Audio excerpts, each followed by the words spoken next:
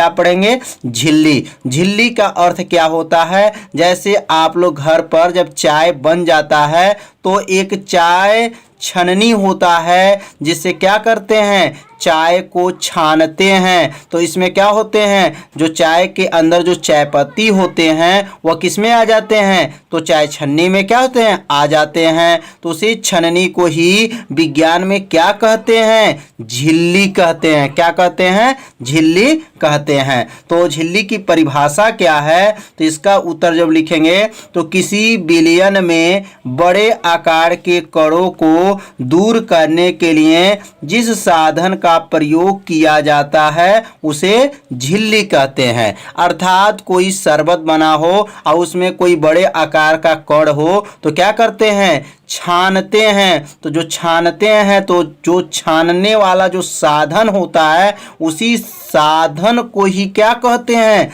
झिल्ली कहते हैं। तो झिल्ली समझ में आ गया होगा कि किसी विलयन में जो बड़े आकार के जो कण होते हैं वो कण को क्या करेंगे? दूर करने के लिए जिस साधन का प्रयोग किया जाता है उसे झिल्ली कहते हैं। अब हम लोग पढ़ेंगे झिल्ली के प्रकार। झिल्ली कितने प्रकार के होते हैं? तो याद रखिए झिल्ली जो होते हैं 3 प्रकार के होते हैं। झिल्ली कितने प्रकार के होते हैं? तो 3 प्रकार के।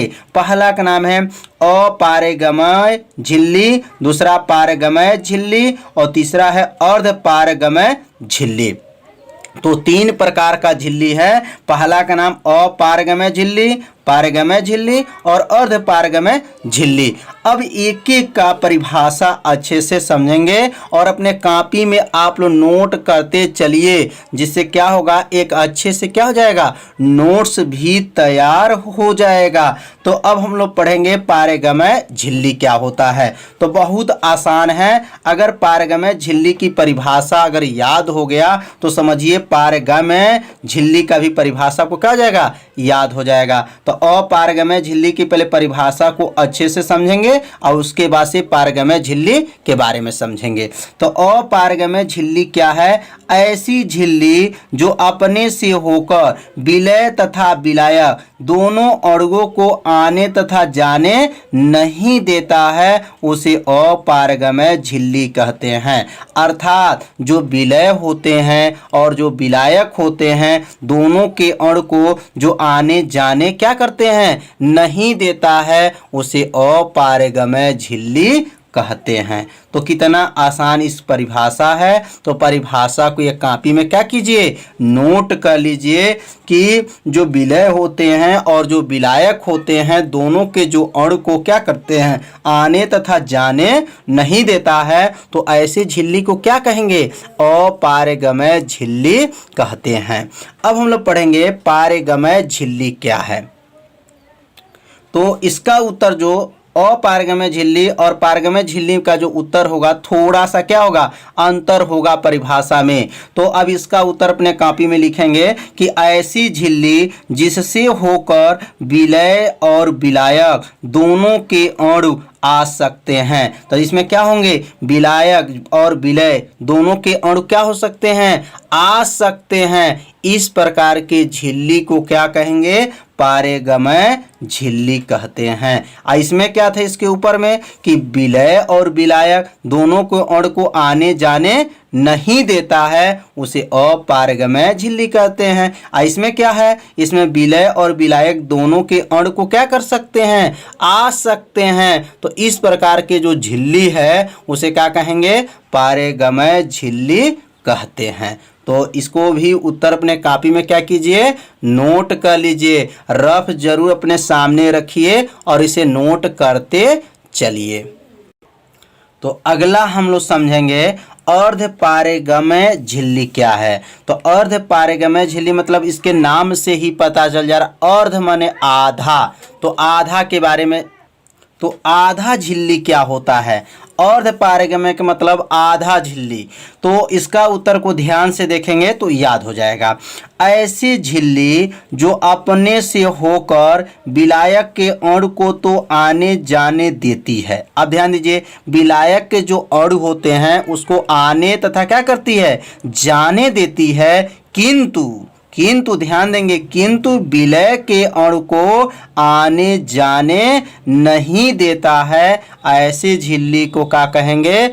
अर्धपारगमय झिल्ली कहते हैं। कितना आसान है। अर्ध का मतलब हो गया आधा, आधा का मतलब यह है जैसे विलय और विलायक होते हैं तो केवल इसमें विलायक का है, विलय का नहीं होगा, तो इसलिए इसको क्या कहेंगे? आधा। तो अर्ध नाम रखा गया। आधा क्यों रखा गया नाम? क्योंकि इसमें केवल विलायक के ही अणु को क्या करने देते हैं? आने जाने देते हैं। तो समझ में आ गया होगा कि इसमें किसके अणु को आने जाने देते हैं? तो केवल विलायक के अणु को आने जाने देती हैं, किंतु विलय के जो अणु होते हैं उसको आने जाने नहीं देता है। ऐसी झिल्ली को अर्धपारगमय झिल्ली कहते हैं। इस झिल्ली का प्रयोग परासरण में किया जाता है। तो इसका प्रयोग जो किस में करेंगे? तो परासरण में किया जाता है। तो परासरण क्या होता है? अब परासरण के बारे में समझेंगे कि परासरण क्या होता है और परासरण कितने प्रकार के होता है। तो एक एक लाइन अपने कॉपी में क्या कीजिए? लिखते चलिए, जिससे क्या होगा? आपको याद भी होता जाएगा। तो अर्धपरागमय झिल्ली तो समझ में आ गया होगा। क्या है यह? विलायक के अणु को क्या करेंगे? आने जाने देंगे, किंतु विलय के अणु को आने जाने नहीं देंगे। ऐसे झिल्ली को क्या कहेंगे? अर्धपारगमय झिल्ली कहते हैं। अब हम लोग पढ़ेंगे परासरण। परासरण क्या है? अब परासरण क्या है तो इसका उत्तर ध्यान से समझेंगे।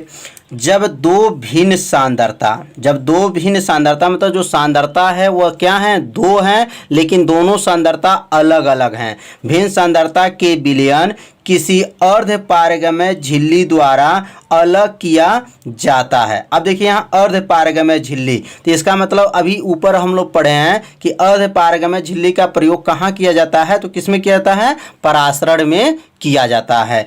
तो यहाँ क्या है? अर्धपारगमय झिल्ली द्वारा क्या किया जाता है? अलग किया जाता है। तो कम सांद्रता से अधिक सांद्रता की ओर विलायक के अणु जाने लगते हैं। इस घटना को क्या कहते हैं? परासरण कहते हैं। तो अर्थात क्या है? जब दो सांद्रता और भी दोनों सांद्रता क्या है? भिन्न भिन्न हैं और उसे अर्धपारगमय झिल्ली द्वारा उसको क्या करेंगे? जब अलग किया जाता है तो कम सांद्रता से अधिक सांद्रता की ओर क्या होते हैं? विलायक के अणु जाने लगते हैं। इस घटना को ही कहा जाता है? परासरण कहते हैं। तो परासरण का उत्तर समझ में आ गया होगा। तो इसे अपने कॉपी में क्या कीजिए? नोट भी कर लीजिए कि क्या है परासरण, परासरण का प्रयोग कहाँ किया जाता है। तो परासरण का प्रयोग कहाँ किया जाता है? जब अधिक जो हमारे क्या है? कम सांद्रता से क्या होंगे? अधिक सांद्रता के विलायक के अणु क्या होने लगेंगे? जाने लगते हैं। तो इस क्रिया को ही क्या कहेंगे? परासरण कहते हैं। अब परासरण के प्रकार क्या होते हैं? परासरण के कितने प्रकार हैं? प्रकारों के बारे में अब अध्ययन करेंगे और उस प्रकार के बारे में जो होंगे उसको भी बारे में हम लोग क्या करेंगे? अध्ययन करेंगे। तो परासरण के प्रकार, परासरण कितने प्रकार के होते हैं? तो परासरण दो प्रकार का होता है। परासरण कितने प्रकार के? दो प्रकार का होता है। पहला का नाम है अंतः परासरण और दूसरा का नाम क्या है? बाह्य परासरण। अब अंतः परासरण क्या है? बाह्य परासरण क्या है? अब बहुत आसान उत्तर है, बस थोड़ा सा ध्यान दीजिएगा, उत्तर आपको क्या हो जाएगा? याद हो जाएगा। अब यहाँ क्या लिखेंगे? अंतः परासरण। अंतः, यहाँ पे अंतः आपका परासरण है, यहाँ अंतः परासरण। तो जब परिभाषा क्या लिखेंगे? अंतः माने अंदर, अंदर की ओर। बस ध्यान देंगे जो परासरण की जो क्रिया रहेगा वह बाहर से किधर जाएगा? अंदर की ओर जाएगा। अंतः परासरण। कितना आसान उत्तर है, बस थोड़ा सा ध्यान दीजिए, उत्तर आपको क्या हो जाएगा? याद हो जाएगा। तो क्या लिखेंगे? जब परासरण की क्रिया बाहर से अंदर की ओर, माने यह जो क्रिया है बाहर से क्या है? अंदर की ओर होती है, उसे अंतः परासरण कहते हैं। तो कितना आसान है। अंतः माने बाहर से किधर? अंदर की ओर होती है, उसे अंतः परासरण कहते हैं। अर्थात जैसे चना या किशमिश को जब जल में क्या करते हैं? डाल देते हैं तो चना क्या हो जाता है? फूल जाता है। किसमिस क्या हो जाता है? फूल जाता है। तो क्या होगा यह क्रिया? बाहर से किसमें चला गया? अंदर की ओर। जो पानी है वो चना के अंदर जब जाएगा तो चना क्या हो जाता है? फूल जाता है। किसमिस फूल जाता है। तो हमारा ये क्रिया को क्या कहेंगे? अंतःपरासरण क्रिया कहते हैं। तो अंतःपरासरण समझ में आ गया होगा। अब हम लोग पढ़ेंगे बाह्य परासरण। बाह्य परासरण, बाह्य माने क्या होगा? बाहर। अब अंदर से क्या होगा? बाहर। इसके पहले क्या पढ़े हैं? बाहर से अंदर। अब अंदर से बाहर। तो इसका उत्तर लिखेंगे, जब परासरण की क्रिया अंदर से बाहर की ओर होती है उसे बाह्य परासरण कहते हैं। कितना आसान परिभाषा है। बस थोड़ा सा परिभाषा में अगर ध्यान दे देते हैं तो परिभाषा आपको क्या हो जाएगा? याद हो जाएगा। बाह्य से, नाम से ही याद कर सकते हैं। बाह्य परासरण मतलब बाह्य, बस इसमें बाहर की ओर होगा। तो इसका उत्तर क्या करेंगे? अपने कॉपी में क्या कीजिए? लिख लीजिए और एक बार पढ़ लीजिए, याद हो जाएगा। तो और इसका उदाहरण क्या है? जैसे सिरे, सिरे मतलब सीरा, जैसे चीनी का जो सीरा होता है तो सिरे में अंगूर का पिचक जाना। जब सीरा अगर रखा गया है, अगर उसमें अंगूर को डाल दें तो अंगूर क्या हो जाएगा? पिचक जाना, पचक जाता है। तो इसका क्रिया को क्या कहेंगे? बाह्य परासरण कहते हैं। तो इसका उदाहरण अपने कॉपी में क्या कर लीजिए? लिख लीजिए कि सिरे में अगर अंगूर को डालते हैं, अंगूर को क्या हो जाता है? तो पिचक जाता है। तो समझ में आ गया होगा। बाह्य पर पढ़ेंगे विसरण। विसरण का अर्थ होता है फैलाव। जैसे आप लोग सेंट जब मारते हैं तो एक जगह जब मारेंगे तो पूरी रूम क्या हो जाता है? महकने लगता है। या अगरबत्ती कोई जला देते हैं तो पूरा मकान में क्या होता है? उस रूम में महकता है। जिस रूम में जलाएंगे वो पूरा रूम महकने लगता है। या कोई सेंट को अपने ऊपर क्या करते हैं? थोड़ा सा अगर लगाते हैं तो पूरा क्या होता है? रूम महकने लगता है। उसी को ही विज्ञान में क्या कहेंगे? विसरण, फैलाव। अब विसरण क्या है? अब इसका उत्तर अपने कॉपी में लिखेंगे कि गैसों का अधिक सांद्रता से क्या? कम सांद्रता, ध्यान दीजिएगा, कम अधिक सांद्रता से कहां पे? कम सांद्रता की ओर होने वाला फैलाव क्या कहलाता है? विसरण कहलाता है। कितना आसान ये भी परिभाषा है। गैसों का अधिक सांद्रता से कम सांद्रता की ओर होने वाला फैलाव क्या कहलाएगा? विसरण कहलाता है। तो विसरण की उदाहरण क्या है? जैसे फूलों में सुगंध का निकलना। अगर फूल है तो फूल में से क्या होता है? सुबह टाइम अगर आपके दरवाजे पे कोई फूल लगा रहता है तो कुछ उसमें से गंध आता है, महकता है, सुगंध आता है। तो क्या कहेंगे? तो यह विसरण की क्रिया माना जाता है। तो यहाँ अपने उदाहरण लिख लेंगे, फूलों से सुगंध का क्या होता है? निकलना। तो समझ में आ गया होगा। या अगरबत्ती भी जब जलता है तो उसका सुगंध का क्या होता है? निकलना। या इत्र को छींटना, जैसे इत्र को अपने शरीर के ऊपर लगाते हैं या स्प्रे करते हैं तभी क्या होता है? उसका सुगंध का क्या होता है? निकलना। ये सब क्या कहलाता है? तो विसरण कहलाता है। अब हम लोग पढ़ेंगे, मोस्ट आईएमपी आ गया, विसरण तथा परासरण में अंतर क्या है? विसरण तथा परासरण में अंतर क्या है? यह कई साल के परीक्षा में पूछा गया है। तो इसे अपने कॉपी में लिख करके और इसे 2 बार पढ़ लीजिए, याद हो जाएगा। तो विसरण में अब यहाँ क्या करेंगे? विसरण तथा परासरण में जब अंतर लिखेंगे तो सबसे पहले 2 कॉलम बना लेंगे।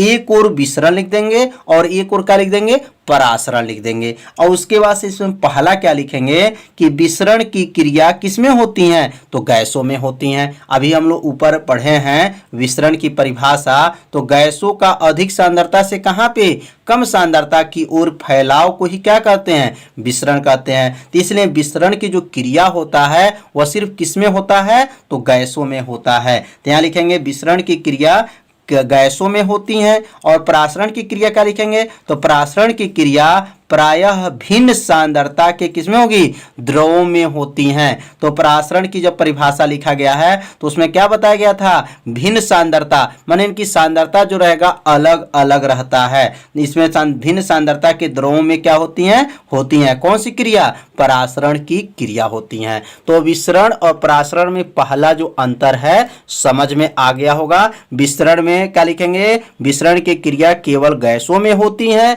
और परासरण की क्रिया जो होती है प्रायः भिन्न सांद्रता के द्रवों में होती हैं। अब दूसरा अंतर को समझेंगे।